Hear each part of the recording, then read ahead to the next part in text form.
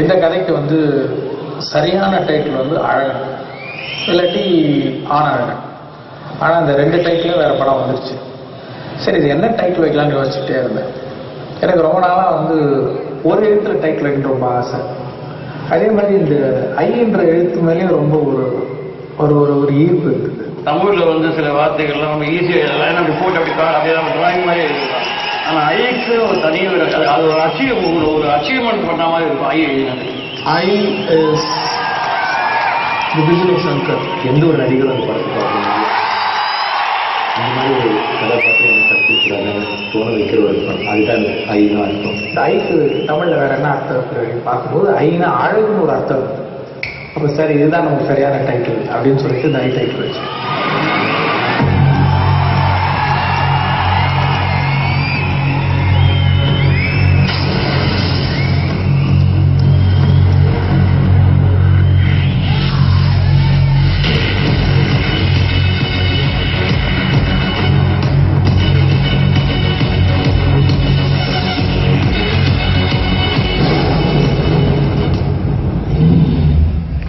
ஐயனுடைய முக்கிய கதாபாத்திரம் வந்து லிங்கேசன். அவனுக்கு வந்து மிஸ்டர் தமிழ்நாடு ஆனழகன் போட்டியில் ஜெயிக்கணும் பாடி பில்டிங்கில். பாடி பில்டர்னோடனே நம்ம எல்லாருக்கும் ஞாபகம் வருது அர்னால்ட் ஷ்வார்ஸ்நெகர். அந்த பிடிச்ச இது ரொம்ப கஷ்டமாக இருக்குது. அந்த சேம் டைம் ரொம்ப எக்ஸைட்டிங்காக இருந்துச்சு. கேரக்டர் டிசைன் பண்ணும்போது இந்த அர்னால்டுடைய கரல் ரொம்ப இன்ட்ரெஸ்டிங்காக இருந்துச்சு. கரல் கூட கிடையாது, இப்படி போகும் அந்த மாதிரி. அதை பார்த்து அதே மாதிரி ட்ரை பண்ணி அந்த மாதிரி கொண்டு வரணும். லிங்கேசனை பார்க்கும்போது இவன் இருக்கான் இது மாதிரி ஒரு பக்கத்து ஊரில் கூட பக்கத்து தெருவில் கூட வாழ்ந்துட்டு இருக்கலாம். அந்த மாதிரி ஒரு கதாபாத்திரம். இந்தியாவில் இருக்கக்கூடிய எல்லா பாடி பில்டர்ஸையும் காண்டாக்ட் பண்ணி யார் யாரெல்லாம் இன்ட்ரெஸ்டடு, அது ஒரு பெரிய ப்ராசஸாக போச்சு. பாடி பில்டர்ஸ் என்ன ஷேப் எப்படி இருந்தாமல் அதில் கொஞ்சம் கூட குறையாமல் அந்த மாதிரி ஒரு லுக்கில் வந்து மலையாள பாஷை பேசுகிற பசங்களாம் வந்து ரொம்ப எக்ஸைட்டடாக மச்சான் பெஸ்ட் லைட்டடா பார்ப்பனா பெஸ்ட் லைட்ஸ்லாம் அப்படிலாம் பேசுவாங்க. பேசுறதே ரொம்ப லோக்கலாக இருக்கும். பேசுறது சென்னை தமிழ் மட்டும்தான் சென்னை தமிழாக இருக்கும். ஆனால் சிந்தனைலாம் வந்து ஒரு நல்ல ஒரு கவிதையாக இருக்கும். அவர் மாட்டுப்பொம்மை மேலே ஒரு பட்டாம்பூச்சி போல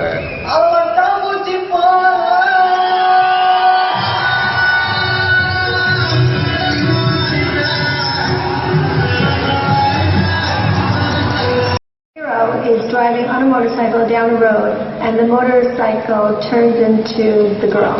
பைக்கோட ஹெட்லைட் போய் எங்கே சீட் ஆகும், அப்புறம் அந்த ஹேண்டில் பேர் எங்கே போய் சீட் ஆகும், அதோட இன்ஜின், மற்ற சீட்டு, இது எல்லாம் போய் அந்த பாடி உள்ள போய் செட்டில் ஆகும். எமி வந்து அதில் வந்து பல விஷயங்கள்ல மார்ஃபாய் வர்றது ரொம்ப அழகாக பண்ணியிருக்காரு. It's so beautiful, and on the thought, I mean, Shankar sir is a genius. The challenges of these shots. How do you approach them? How do you make them look good? How do you make them believable for certain? And how do you kind of do it in a way that's pleasing to the audience? அந்த பாட்டை நான் மெர்சல் ஆகிட்டேன், நீங்கள் நிச்சயம் மெர்சல் ஆகிடுவீங்க. கிட்டத்தட்ட ஒரு 20% of the movie will be in China.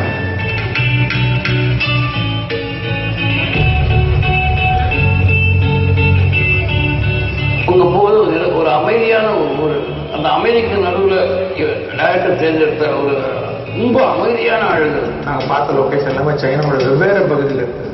டெம்பரேச்சர்லாம் பார்த்தா 0, -degree, எப்போ மழை வரும்னு தெரியாது, எப்போ ஸ்னோ வரும்னு தெரியாது. இவ்வளோ க்ரூ எல்லா எக்யூப்மெண்ட்டோட இவ்வளோ க்ரூ போயிட்டு இவ்வளோ ஹார்ட் ஒர்க் பண்ணி சவுத் சைனாலேருந்து நார்த் சைனா வரைக்கும் ட்ராவல் பண்ணுவோம். ஒரு பூக்களையே சற்று ஓய்விடுங்க ஒரு பாட்டு இருக்குது. அதில் சுற்றி மலைகள் இருக்கும், நடுவில் தண்ணி இருக்கும். அதில் விக்ரம் கேரக்டர் வந்து தண்ணியில ஓடி வர மாதிரி ஷார்ட்ஸ், கொஞ்சம் ட்ரீமியான ஷார்ட்ஸ்லாம் இருக்கும். And so he came up with பூக்களே சற்று ஓய்வெடுங்கள். அவர் வந்து விட்டார். ஐ என்றால் அது கடவுள் என்றால் அந்த கடவுளின் துகள் அது நீயா?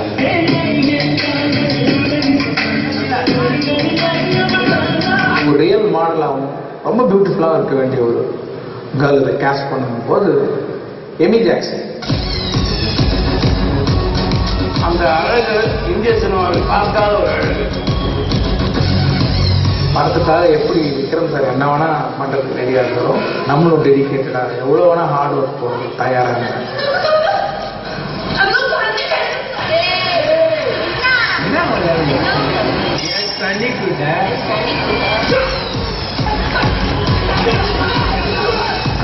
ஒரு சைக்கிளில் நிறைய பேர் சேஸ் பண்ணிட்டு வர மாதிரி அந்த சைக்கிளோடய அவங்க ஃபைட் பண்ணுற மாதிரியான ஒரு எபிசோட் இருக்குது. அதுக்கு என்ன பண்ணார் பீட்டர் மிங், அந்த சைக்கிளிங் சாம்பியன் ஒரிஜினல் சாம்பியன்ஸே எல்லாரையும் கூப்பிட்டு வந்து பெஸ்ட் சாம்பியன்ஸ் இன் சைனா. அந்த இடத்துல கொரியோகிராஃப் பண்ண ஒரு 20 இங்கே அடிக்கிற போதே இந்த கால் மேலே போய் இந்த கால் மேலே ஒருத்தர் வருமா அவ்வளோ மிஸ் பண்ணி எல்லாமே டக் டக் டக் டக் டக் டக் அவ்வளோ ஃபாஸ்ட்டாக அவங்க எப்படிதான் திங்க் பண்ண ஒரு மிஷின்ஸ் மாதிரி தான் 国际化的动作，所以我觉得让大家会看到一些新的东西。For this movie, I really want to bring something new for the action part. So I'm combining the Chinese style as well as international fighting style. ஒரு 7 ஆட் சேர்ந்து ஒரு சாங் மாதிரி இந்த ஐலா ஐலான்னு ஒரு சாங் இருக்கு. To make this very cohesive, to make a lot of ideas put into one song and still make it cohesive was a very difficult task. 2 அர்த்தம் ஒவ்வொரு வரியிலையும் இருக்கணும். நமக்குள்ள ஒரு அபரிமிதமான ஒரு எனர்ஜி வரும். ஆனால் அந்த அளவுக்கு ஒரு எனர்ஜெட்டிக்காக இருக்குது. பாஸ்கோ சீசரோட கொரியோகிராஃபி ரொம்ப இன்ட்ரெஸ்டிங்காக இருக்கும். சிலது ஃபன்னியாக இருக்கும், சிலது வந்து ரொம்ப ரொமான்டிக்காக இருக்கும். ஒரு குட்டி கதையை அந்த 13-40 செகண்ட்ஸ் கூட அந்த கதையை சொல்லிடணும், அந்த ப்ராடக்டையும் சொல்லிடணும், அவங்களுக்குள்ள இருக்க ரொமான்ஸையும் சொல்லிடும் போது ரொம்ப இன்ட்ரெஸ்டிங்காக இருந்தது. இதில் முக்கியமான கதாபாத்திரம் வந்து அந்த கூனன் கதாபாத்திரம்.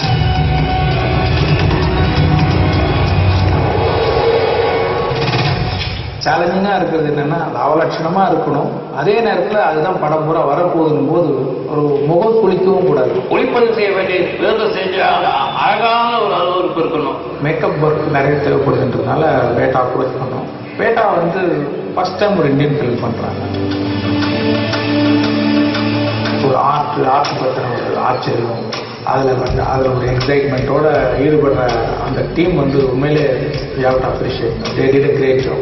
And Shankar is a great director. He knows what he wants, and he's created this. அப்போ விக்ரம் வந்து நான் இதுக்கு உடலை இழைக்கிறேன் அப்படின்னு தன்னை வர்த்திக்கிறது ரொம்ப பிடிக்கும். அரௌண்ட் 25 kg வந்து ஒரு டோட்டலாக ஓவராலாக இறங்கிட்டாங்க.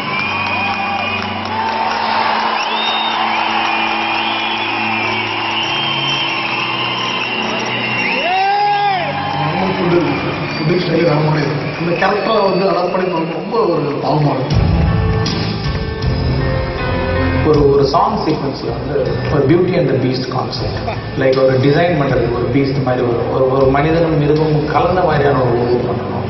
அவரோட கான்செப்ட் ஏஞ்சல்ஸ் எல்லாம் நிஜமாவே ரெக்கையோட இருப்பாங்க, அவங்களுக்கும் எங்கள் ஆளுங்களுக்கும் சண்டை, அது ஒரு கேரி பண்ண விதம் ரொம்ப நல்லா இருக்கும். அந்த சாங் பார்த்தீங்கன்னா அந்த பாடி போஸ்டர்ஸ், அந்த பாடி லாங்குவேஜ், அதை தாண்டி வெளியில் ஒரு எக்ஸ்பிரஷன், ஏன்னா எமோஷ்னலான ஒரு பாட்டு.